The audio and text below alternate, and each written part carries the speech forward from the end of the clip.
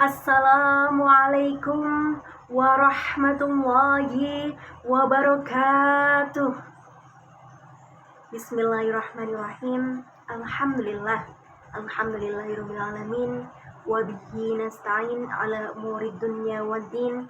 Wassalatu wassalamu ala asyrafil anbiya'i wal mursalin sayyidina wa maulana Muhammadin wa ala alihi wa sahbihi ajma'in. Amma ba'du. Yang terhormat Ibu Hajah Jauharatina Al-Fadilah LCMAG selaku dosen pengampu mata kuliah ayat dan hadis dakwah beserta para teman-teman yang berbahagia. Pertama-tama, marilah kita panjatkan puja dan puji syukur kehadirat Allah Subhanahu wa Ta'ala yang telah memberikan karunia-Nya serta hidayahnya kepada kita semua. Tak lupa, salawat serta salam senantiasa tetap tercurahkan kepada junjungan kita Nabi Allah Akbar Muhammad Sallallahu Alaihi Wasallam yang telah membimbing kita dari zaman jahiliyah menuju zaman yang terang benderang, yakni ad-dinul Islam wal iman. Teman-teman yang dirahmati Allah Subhanahu wa Ta'ala, teman-teman tahu akikah? Ya, akikah adalah sebuah tradisi Islami yang melibatkan penyembelihan hewan ternak sebagai tanda syukur akan kelahiran seorang anak. Akikah merupakan salah satu ibadah yang sangat dianjurkan dalam agama Islam, memberikan manfaat baik secara spiritual maupun sosial bagi keluarga yang melaksanakannya. Banyak banget nih teman-teman pertanyaan yang muncul. Kapan sih waktu dianjurkannya melaksanakan akikah? Dalam ajaran agama Islam, waktu yang dianjurkan melaksanakan akikah adalah hari ke-7 dari kelahiran seorang anak.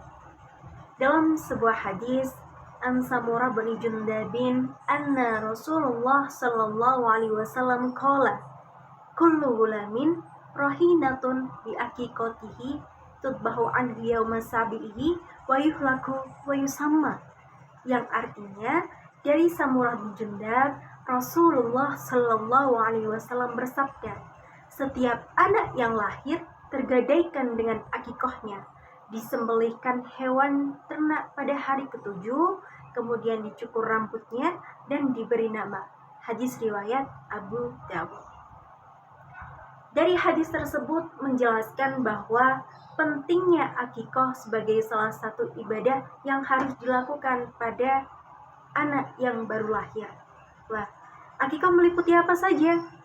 Akikah meliputi penyembelihan hewan ternak, pemberian nama pada anak, dan mencukur rambutnya sebagai tanda syukur atas kehadiran Allah, atas karunia Allah Subhanahu wa Ta'ala.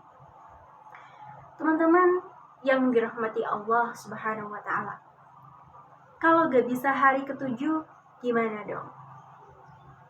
Kalau gak bisa hari ke-7, bisa hari ke-14. Kalau gak bisa hari ke-14, bisa hari ke-21. Jadi urutannya 7, 14, 21. Kalau gak bisa hari ke-21, gimana dong?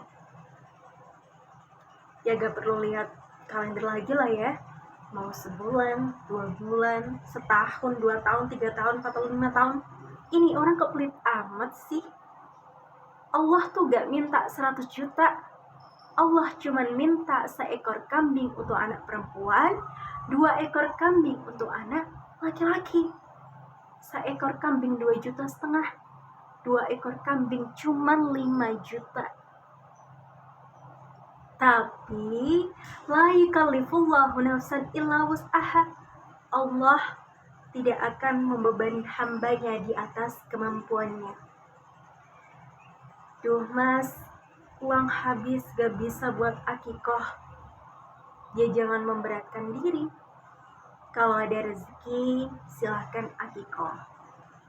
Karena pada sejatinya akikah merupakan salah satu syariat agama Islam yang ditekankan. Karena dari hadis tadi bahwa setiap anak yang lahir tergadaikan dengan akikahnya. Jadi kalau bicara tentang tergadaikan dengan akikohnya sampai kapan? Ya sampai dibayar. Kapan? Ketika kita mampu. Kalau kita gak mampu atau belum mampu, masih aman. Karena Allah Azza wa Jalla tahu dengan kondisi hambanya. Jadi mau sebulan, 2 bulan, 1 tahun baru bisa akikoh, ya silahkan akikoh. Baru ada rezeki, silahkan akikoh. Karena pada sejatinya kalau kondisi tergadaikan, kondisi tergadai, sampai kapanpun akan tergadaikan. Sebelum dibayar dengan akikoh, baru deh gadai itu akan lepas. Ulama juga mengatakan dari hadis tersebut bahwa akikoh itu sangat ditekankan. Tapi jumhur ulama mengatakan tidak wajib, namun ditekankan. Jadi kapan mau bayar akikoh? Ya ketika kita udah punya, ketika kita udah mampu. Kalau kita udah ada rezeki, ya baru bisa akikoh, ya nggak apa-apa. Walaupun terlambat, nggak ada masalah. Nah, teman-teman yang dirahmati Allah Subhanahu wa Ta'ala, akikoh itu asalnya dari tradisi jahiliyah. Ya sama-sama tradisi tapi berbeda.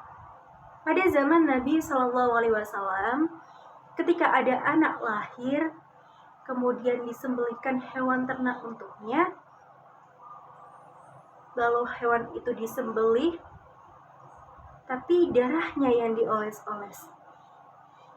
Ya memang begitu tradisinya, darahnya yang dioles-oleskan. Lalu apa yang terjadi? Datang Nabi dengan membenarkan, dengan memberikan tuntunan kepada masyarakat, kebiasaan dialihkan, diakomodasi sebagian, dibenarkan kemudian, maka tetap diberlakukan. Apa kata Nabi? Silahkan sembelih, kata Nabi. Tapi bukan darahnya yang dioles-oles, kata Nabi. Tumpahkan darahnya, bagikan dagingnya sebagai tanda syukur kepada Allah Subhanahu wa Ta'ala. Jadi asalnya tuh akikoh dari tradisi jahiliyah, kemudian diakomodasi oleh Nabi karena tidak bertentangan langsung dengan ibadah dalam agama Islam, tapi dibenarkan cara menunaikannya. Sekian dari ceramah saya kali ini. Wallahu a'lam bishawab. Assalamualaikum warahmatullahi wabarakatuh.